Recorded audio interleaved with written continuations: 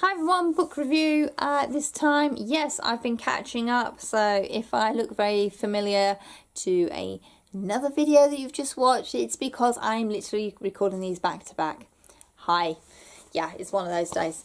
I finished Flunked by this lovely lady. This was one of my books I picked up while I was over in America. I have to say this was kind of a buy because of the cover. I mean, is that not just gorgeous?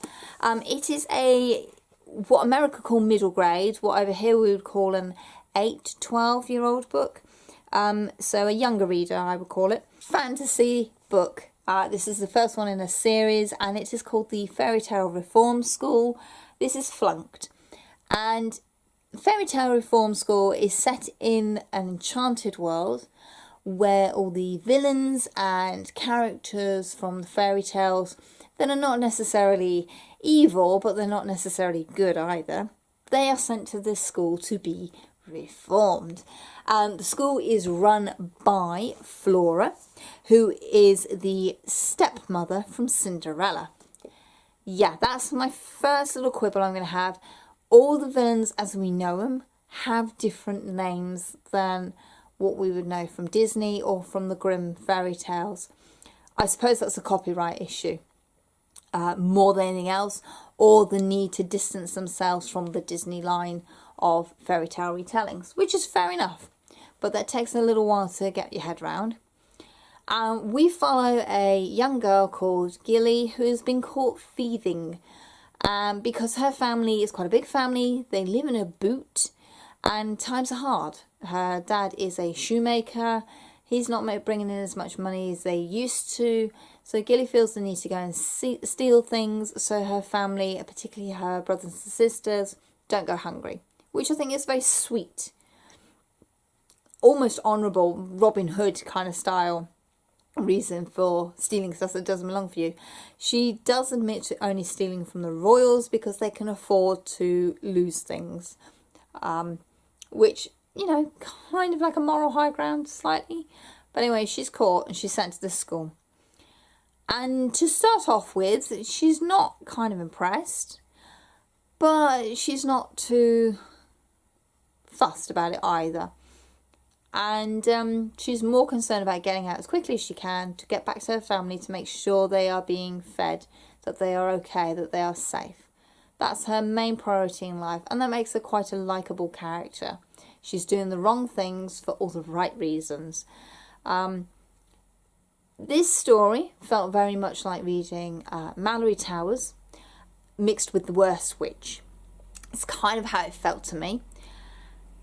But then about halfway through, you suddenly realise there is a bigger plot line going on, that there's an overarching baddie in this world, and that things are not what they seem, and some of the supporting characters are not what you seem, what you've been led to believe they are.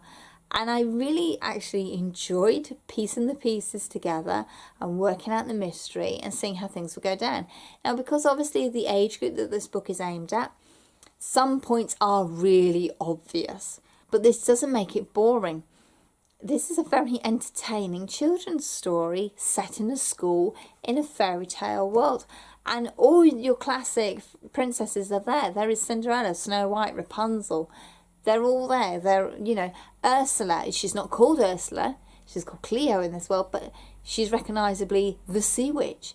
And then there's the more obscure fairy tale characters like the Big Bad Wolf from Red Riding Hood. So I'm looking forward to seeing more of them in later books. This school, I have to say, sounds really cool. They have a dungeon, obviously, because all good schools have dungeons, but they also have the Pegasus stables outside, and you can go flying on Pegasus. And that's brilliant. So I really liked a lot of the detail, the world building in this. The characters are very sweet. They're very relatable for that age group. I mean, even now, I thought, actually, yeah, they do come across as teenage kids. They have that certain element to them. And I thought it was a really good introduction for a younger person into the whole fairy tale retelling. It's a very clever story. There is no romance in this story at all, which is great. It's all about friendship and family. And that's brilliant. That's what you want for this age group. to be honest. You don't need to go into the whole romancy thing or anything like that. There's none of that, and that's so refreshing. So I would highly recommend Flunked, particularly for younger readers, like I say, the 8 to 12 bracket. This is ideal entry level fairy tale storytelling. If they like school stories, or if you're a fan of school stories, you know, if you grew up with St. Clair's, Mallory Towers, the Chalet School series, this would be right up your street. Like I say, it is a mix very much of Mallory Towers and The Worst Witch. And it's just a really light, enjoyable story. I highly recommend it for everyone, but particularly if you have children in that age bracket, shove this under their nose and give it a go. So yeah, there we go. Have you read Flunked or any of the rest of the series? Please let me know what you thought of them. Don't give away any spoilers though. I like to go in not knowing too much, which would be great. You can find me on social media, Goodreads, Twitter and Instagram, and also via my book blog. Links are in the description box down below. And as always, thank you very much for watching and happy reading. Bye.